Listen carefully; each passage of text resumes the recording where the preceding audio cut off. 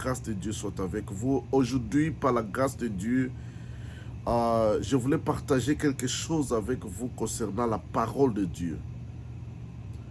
Bien-aimés dans le Seigneur, nous vivons au temps de la fin et le diable est en train de travailler pour que la parole de Dieu soit dévalorisée. Le diable, comme au commencement, quand il a tenté Adam et Ève, il a amené Adam et Ève à douter à la parole de Dieu. Voilà pourquoi il a approché Ève et le diable lui a dit, Dieu a-t-il réellement dit? Dieu a-t-il réellement dit? Donc le diable voulait amener des doutes dans le cœur de Ève concernant la parole de Dieu pour que Ève puisse douter à ce que Dieu a dit. Et aujourd'hui, le diable, il est en train de travailler pour que les hommes, les chrétiens, puissent avoir des doutes à la parole de Dieu. Voilà pourquoi les chrétiens d'aujourd'hui, ils sont à la recherche d'autre chose que la parole. Ils sont à la recherche de la prophétie. Ils sont à la recherche, je ne sais pas de quoi, mais ils rejettent la parole. Ils ne donnent plus l'importance à la parole. Tandis que, bien-aimés dans le Seigneur, la prophétie n'est pas au-dessus de la parole. La parole elle-même est porteur de la prophétie. Dans la parole, nous y trouvons la prophétie. Dans la parole, nous y trouvons la délivrance. Dans la parole de Dieu, nous y trouvons et la guérison. Parce que la Bible dit qu'il leur a envoyé sa parole et sa parole les a guéris. Bien-aimé dans le Seigneur, tout ce dont tu as besoin est dans la parole. Tu as besoin de la prophétie. Rentre dans la parole. Si on te donne une prophétie, peut-être Dieu utilise un prophète ou quelqu'un qui a le don de prophétie ou quelqu'un qui est appelé dans le ministère prophétique pour qu'il prophétise sur sa vie. Que ce qu'il prophétise t'amène dans la parole.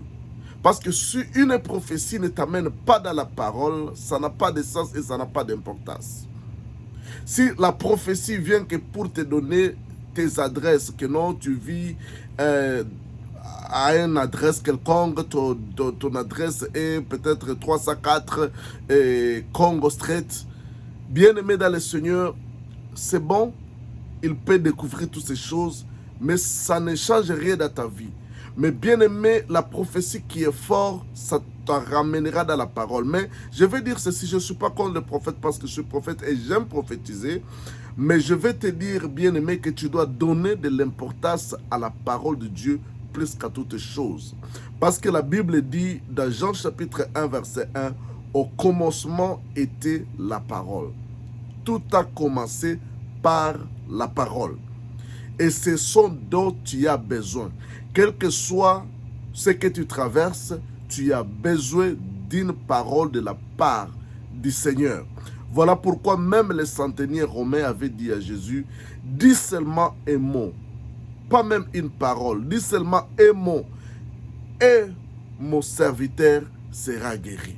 Dis seulement, nous avons besoin d'un mot de la part du Seigneur. Nous avons besoin d'une parole de la part du Seigneur. La parole de Dieu a tout ce dont tu as besoin.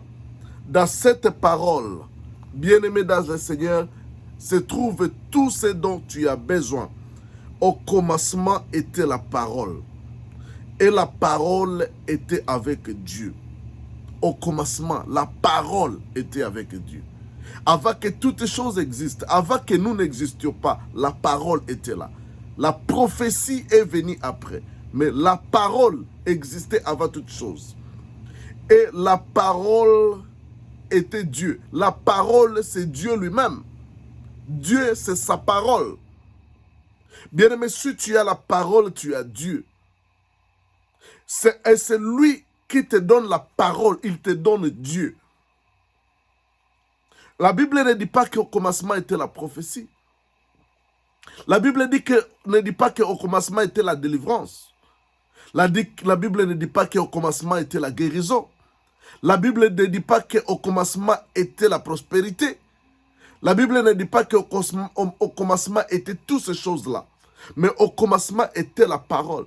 Et cette parole était porteur de beaucoup de richesses, y compris la prophétie, la guérison, la délivrance, la prospérité et tout ce dont il y a besoin. La Bible dit, elle était au commencement avec Dieu.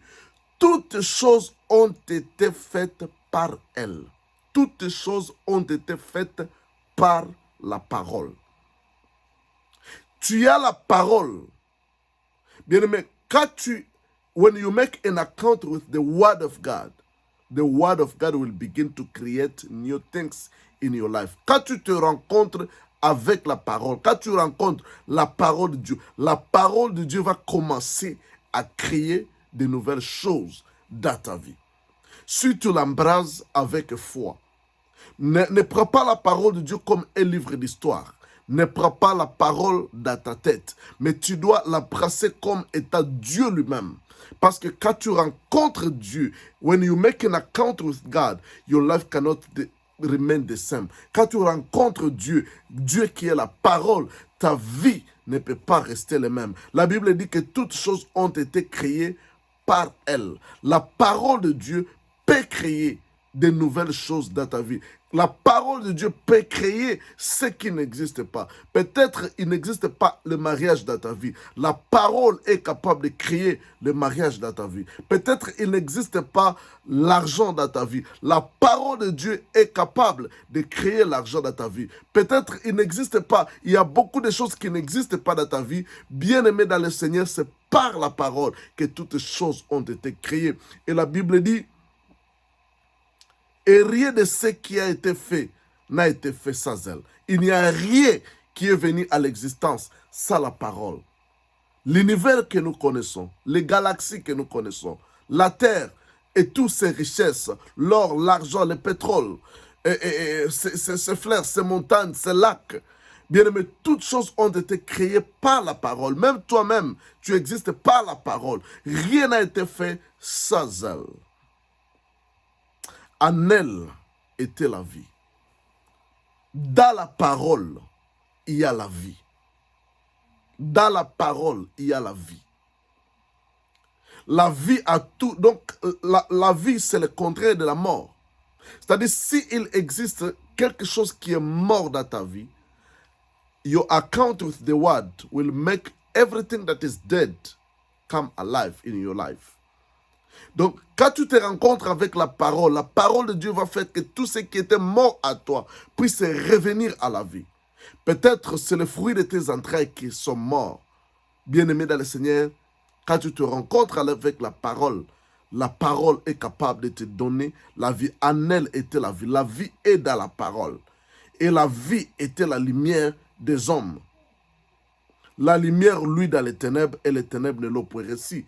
Quand tu rencontres la parole, cette parole fait luire une lumière, et cette lumière fait fuir les ténèbres. Bien-aimé dans le Seigneur, voilà pourquoi je te dis que ta vie est déterminée, ton futur est déterminé par la parole. Tu dois aimer la parole plus que toutes choses. S'il y a quelque chose que tu dois chercher comme un trésor, bien-aimé, c'est la parole de Dieu. S'il y a quelque chose pour lequel tu peux même voyager pour aller écouter, c'est la parole de Dieu. Aujourd'hui, les gens sont en train de faire des voyages, ils vont, je ne sais pas où, pour aller chercher la prophétie, pour aller chercher qu'on leur dise leur adresse, pour aller chercher qu'on leur dise leur numéro de téléphone. Et quand on leur dit leur numéro de téléphone, ils disent « Oh, prophétise papa, parce qu'on lui a donné le numéro de son téléphone. On lui a donné les détails de ce qu'il a laissé dans sa chambre,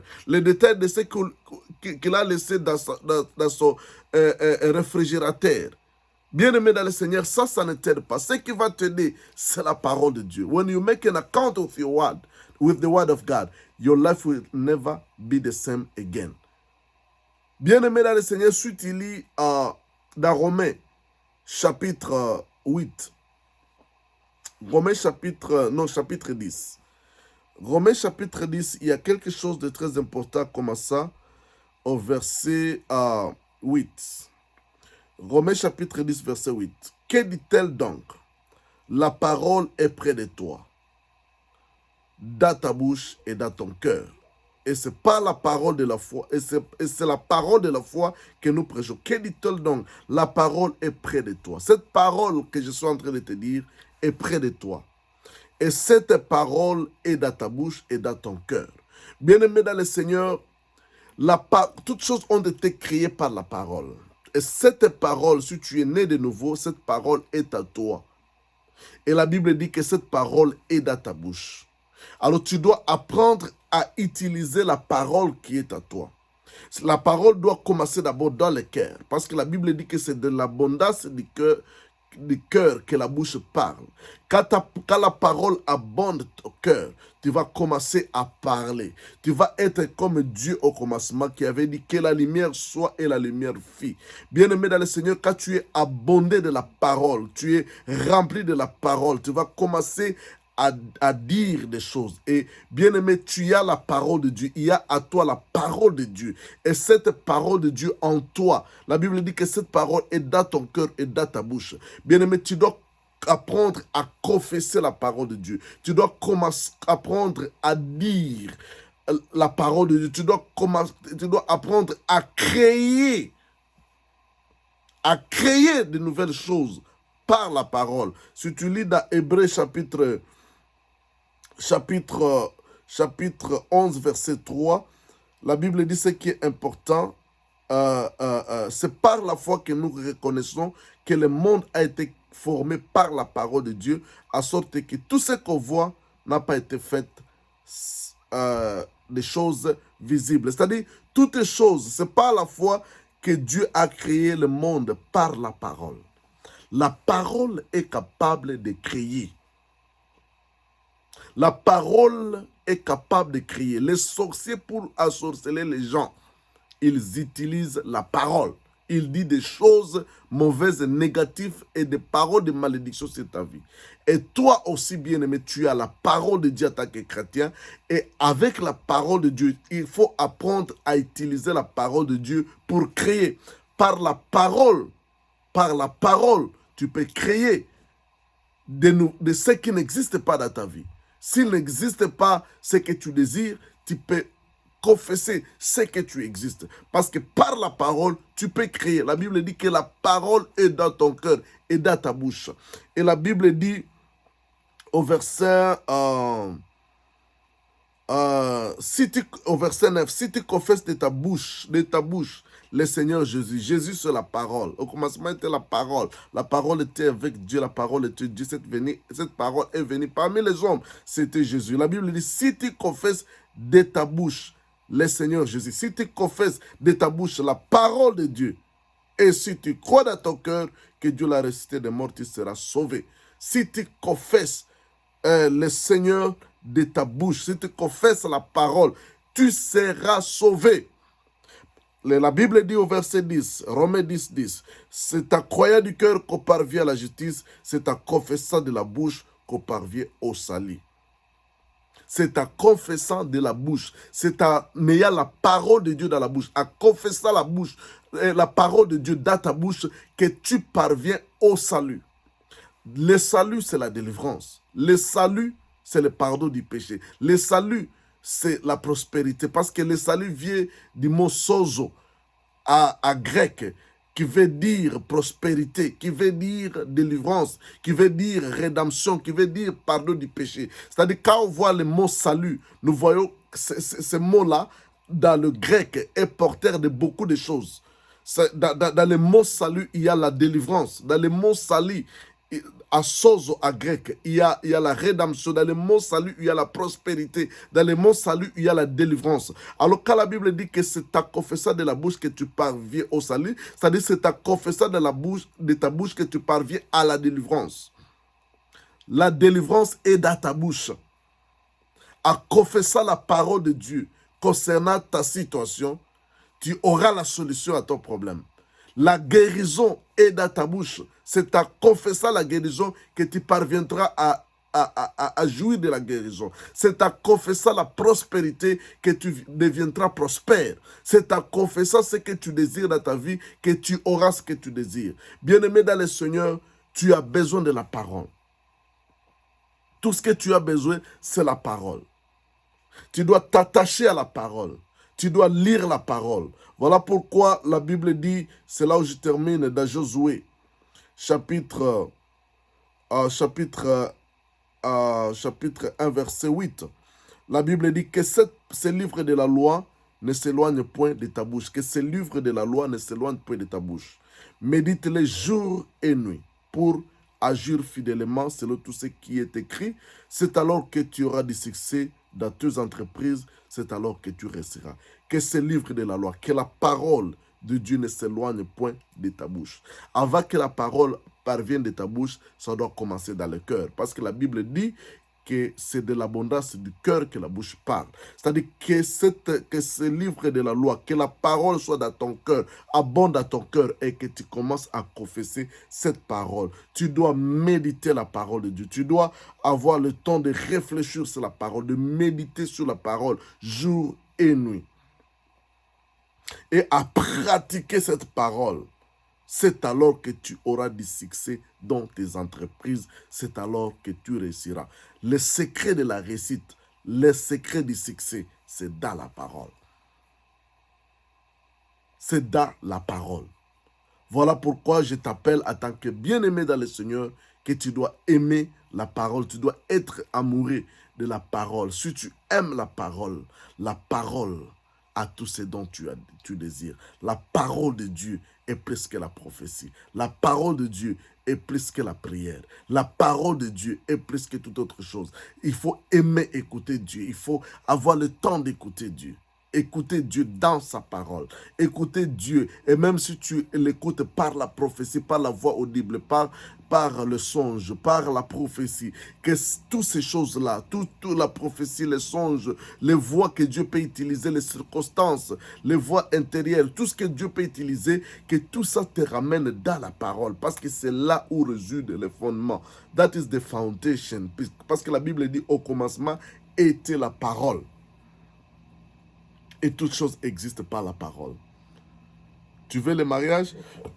Il se trouve dans la parole. Tu veux la guérison? C'est dans la parole. Tu veux la délivrance? C'est dans la parole. Tu veux connaître ton avenir? C'est dans la parole. La parole déjà te dit ce que tu... La Bible dit, je connais le projet que j'ai formé pour vous. C'est le projet de paix et non de malheur. La Bible dit que tu finiras tes jours dans le succès. La Bible dit que tu ne seras pas la tête, mais tu ne seras pas la queue, mais tu seras la tête. C'est la parole de Dieu. C'est-à-dire la parole à tout ce dont tu as besoin. Et quand la prophétie vient, c'est pour confirmer la parole de Dieu. C'est pour t'encourager parce que la prophétie accomplit l'édification. Ça vient t'édifier par rapport à ce que le Seigneur t'a déjà dit dans sa parole. Mais la prophétie, s'il t'amène d'autres choses que la parole, bien-aimé, c'est une fausse prophétie, c'est la déviation, c'est le plan du diable qui t'amène à douter avec la véracité ou l'importance de la parole. Alors, bien-aimé, embrasse la parole, médite les jours et nuits, put the word in your heart, mets la parole dans ton cœur, confesse cette parole et tu parviendras au salut.